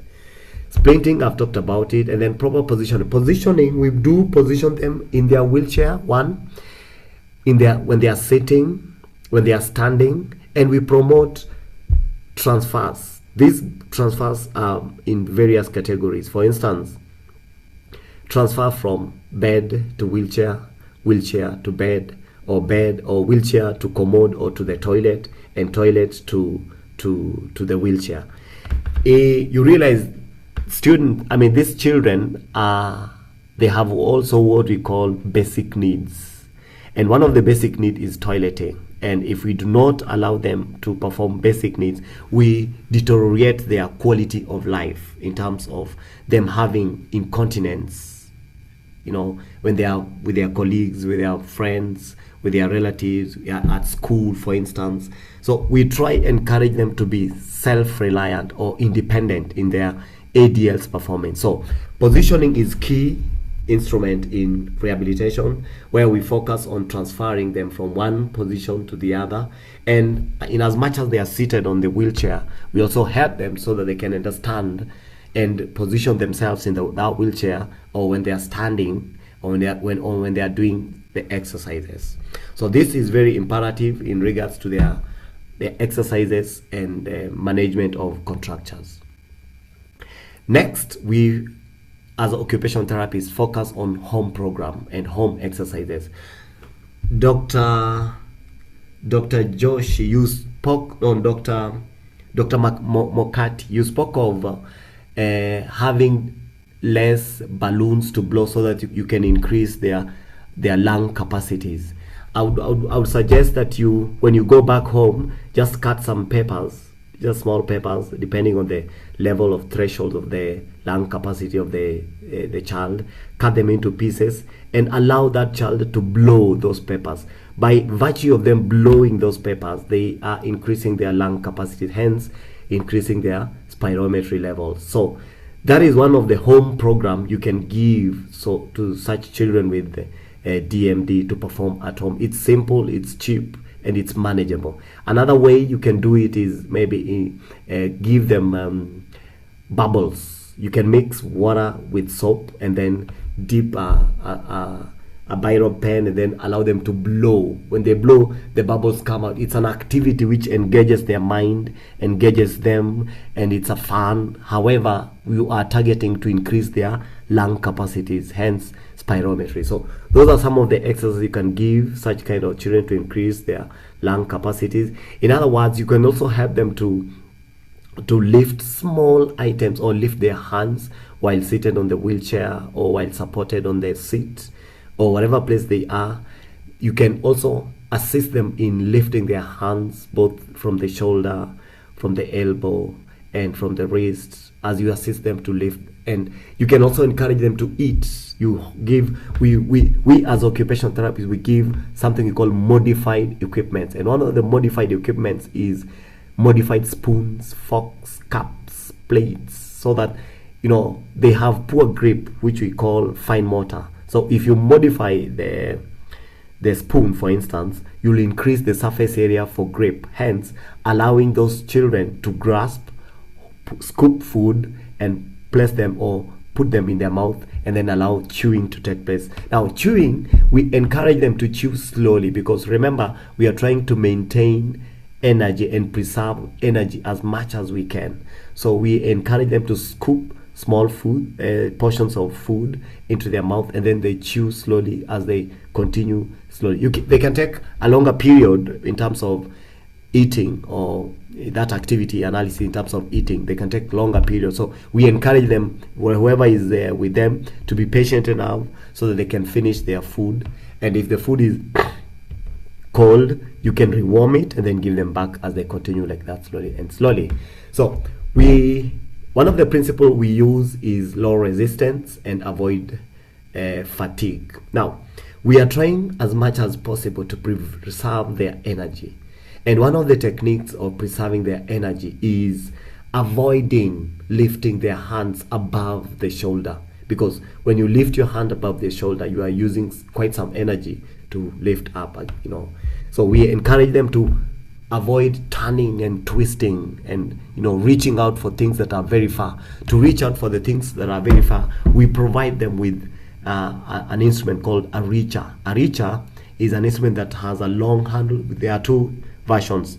One that has a long handle and another one that has a short handle. So if you want to reach for items, clothes, spoons, fork, plates that have quite a distance, you use that long reacher to reach and grasp and then pull them close to you. So we are trying to prevent energy.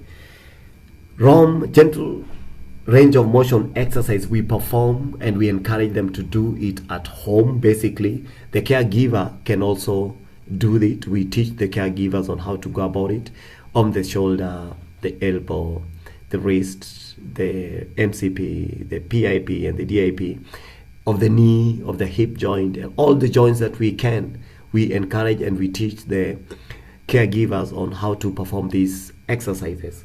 And then apart from that, we give assisted equipments and exercises.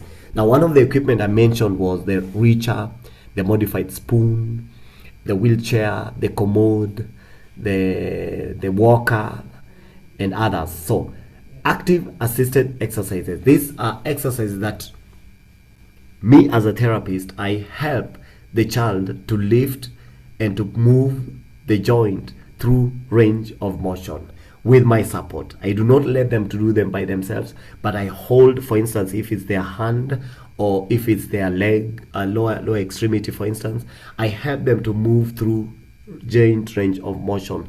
I encourage them. I tell them, hey, buddy, push. They push the leg, and pull out. They pull out. Push the hand, like that. So with that, we encourage them and we maintain range of motion, hence preventing contractures of various joints.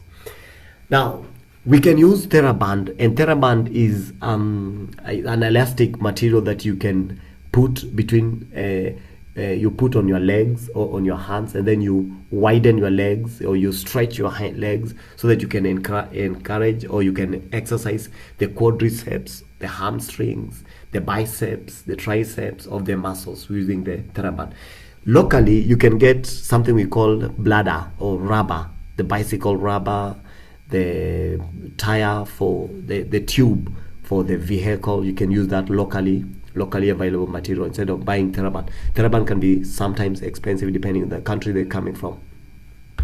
And then we give, just like I mentioned earlier on, we educate the caregivers on how to monitor their patients in terms of exercises, in terms of activity of daily living, in terms of toileting, for instance, in terms of brushing their teeth, combing their hair, and all that's related to activities of daily living. Now, scoliosis management and prevention. We issue something we call torsolumbar sacroorthosis, and this torsolumbar sacroorthosis prevents the progression of the scoliosis. Remember, scoliosis is a protrusion of the back, especially the upper back, and it sometimes is very painful. It causes stiffness of the muscles, especially the neck muscles and the shoulder muscles, causes that, and it causes pain on the spine because of the poor posture or posture that is acquired by the patient. So we try to maintain that by giving a brace that is helping to reduce the progression of the scoliosis. And also we do some stretches, gentle stretches. We do standing programs, to give programs that enable a patient to stand, because if you sit so much, your trunk tends to lean towards, or where if the scoliosis on the lateral side, the left lateral side of the spine, you tend to lean on your right side. So when you do exercise to stretch and stand, you are trying to correct the scoliosis. And then when we are issuing wheelchairs, we issue wheelchairs that are fitting so that we can prevent the or reduce the progression of the scoliosis. Because if you issue a wheelchair that is it's not fitting, you tend to allow the child to stoop or to lean on one side, hence exacerbating the scoliosis growth. So basically, these are some of the things we as occupational therapists or rehabilitative team work on to prevent growth of scoliosis. Now, tiptoeing or toe walking. If I may, let me just show you a video of, if I may, with that. Let me share this video so that you can see. You're able to see the video? Now look at that. This is what you call Gower sign. See the child struggling to come up. And in that regard, I'll play again.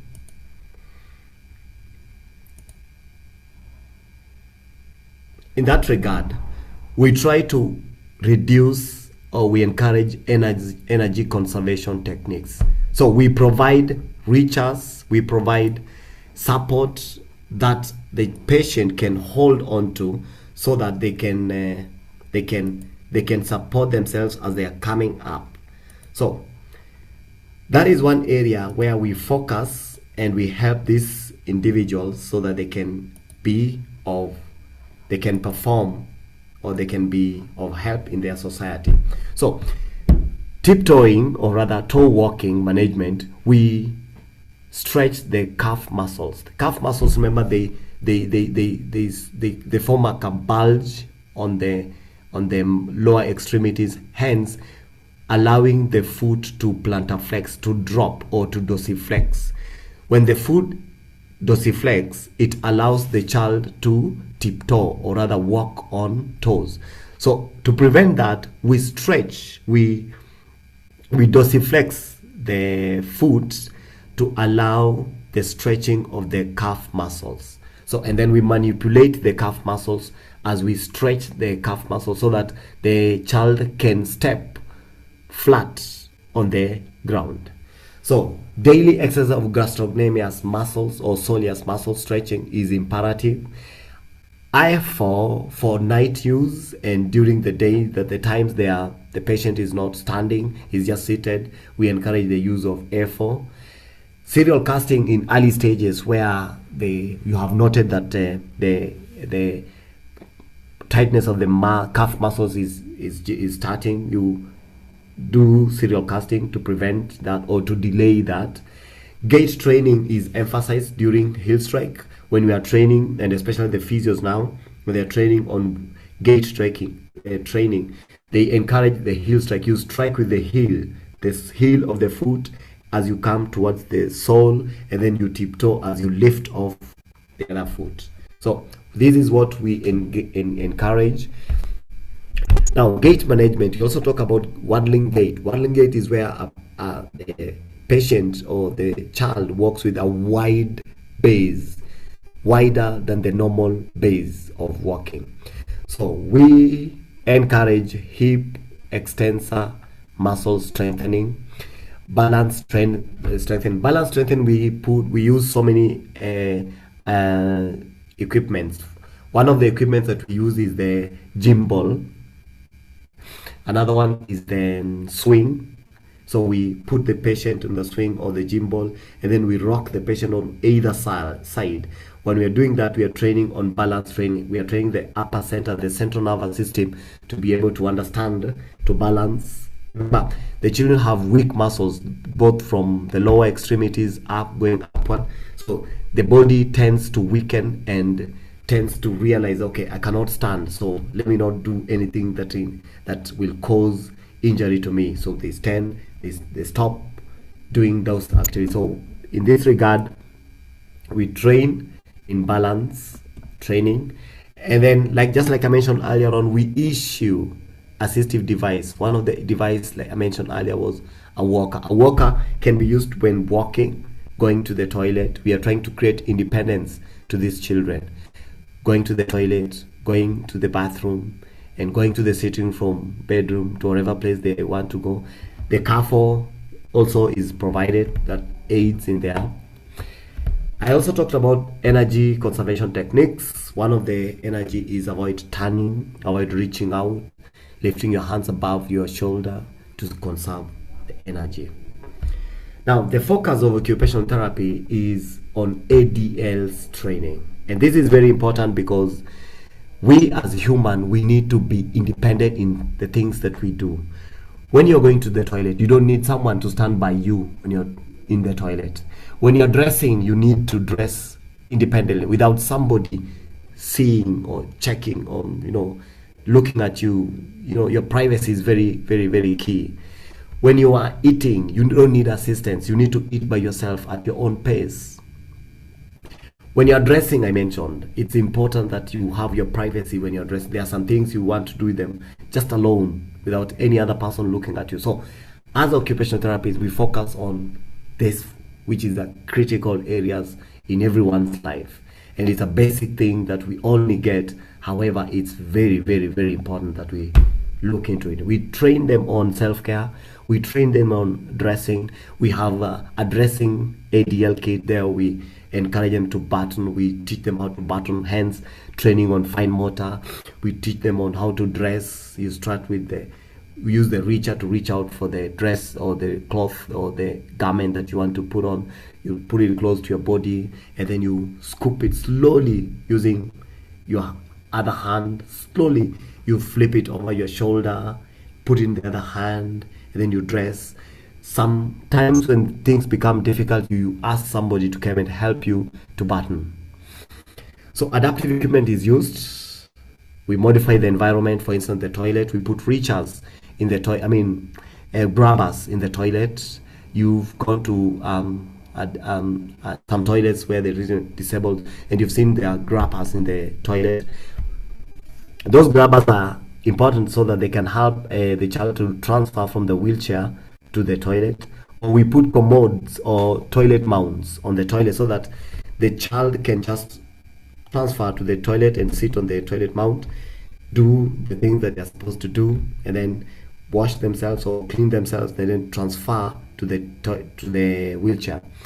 With the aid of the supports or rails that are mounted on the toilet, it's important they help themselves. We put these rails on their bedrooms, their walking corridors, so that they can support themselves as they're walking to prevent or reduce energy. In school, we also do that. In family, we educate the family, the father, the parents, the siblings, and the caregiver. We provide also social support as we do the splitting. Now, respiratory weakness is a key factor in rehabilitation, because if they are weak in terms of respiratory, there's very little we can do. And this is where a pulmonologist comes in to help us so that we can understand and we can do this. This is where cardiologist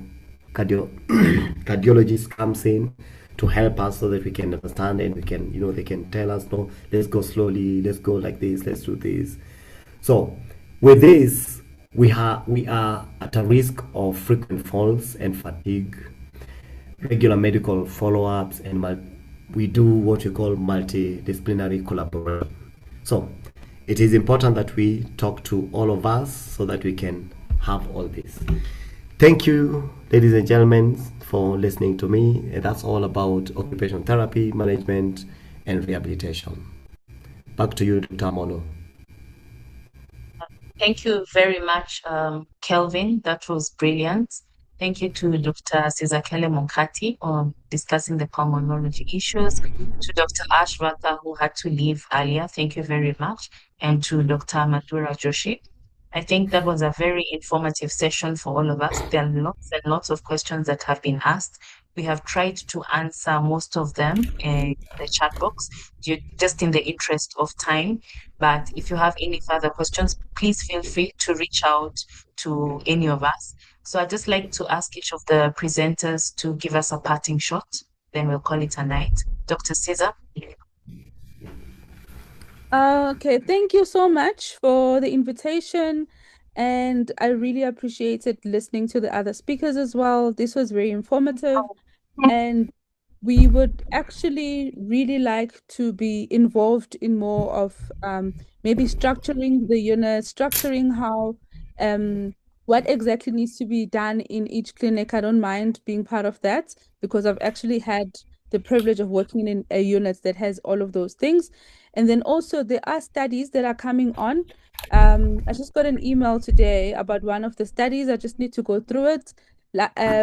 Hopefully we're gonna hear something good, and would love to really share it with you guys. And that means I'll have to directly speak to Dr. Amolo about it. So, but I'm hoping we're gonna find a cure at some point and not just only manage a deteriorating child. Thank you so much.